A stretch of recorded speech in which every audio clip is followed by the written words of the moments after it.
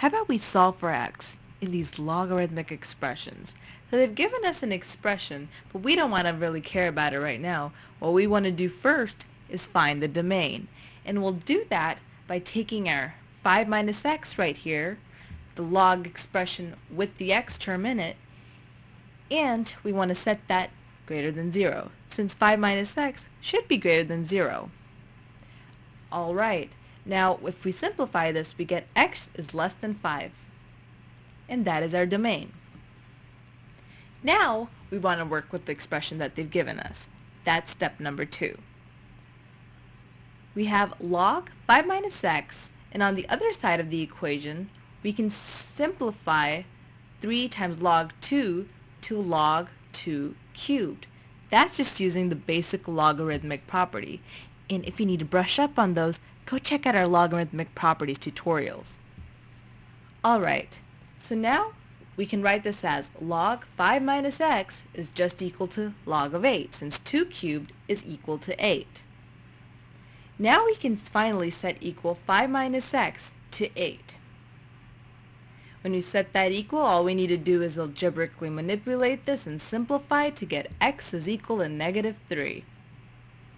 We know that with our domain, x should be less than 5. And you know what? Negative 3 does just that.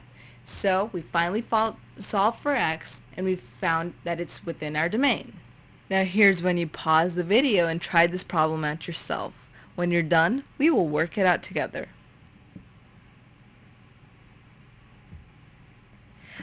This expression looks a little more complicated, but trust me, it really isn't. First, we'll just find the domain, and we do that by taking each of the logarithmic x expressions and setting them greater than 0 and finding the domain. We'll first take 4x, set that greater than 0, and we're left with x is greater than 0. Now we'll pull in our second x expression. X plus 1 should be greater than 0. We're left with x should be greater than negative 1. Now, think about x is greater than negative 1 and x is greater than 0. We see that both of these domains intersect at x must be greater than 0. Alright, now we can go ahead and deal with our logarithmic equation that we left up there.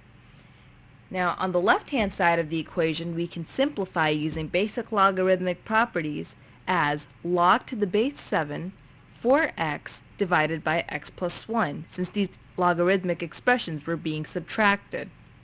We set this equal to, on the right-hand side, log to the base 7 of 4 to the power half.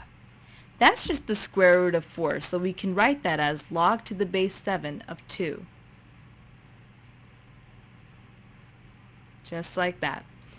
Now we can set equal our x expressions on both sides, since our log to the base 7 terms are now can be equated.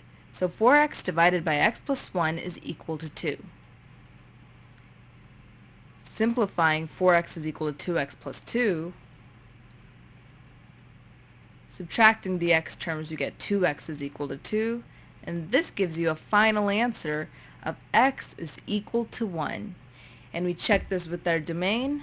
X should have been greater than 0, and you know what? 1 is greater than 0. So we've reached our final answer, we've checked for it, if it works with the domain, and we're done. Now, if you have any problems with logarithmic properties or any other mathematical concept you want to discuss, it could even just be your English or your science. How about you go to www.oasis101.com and book your appointment now.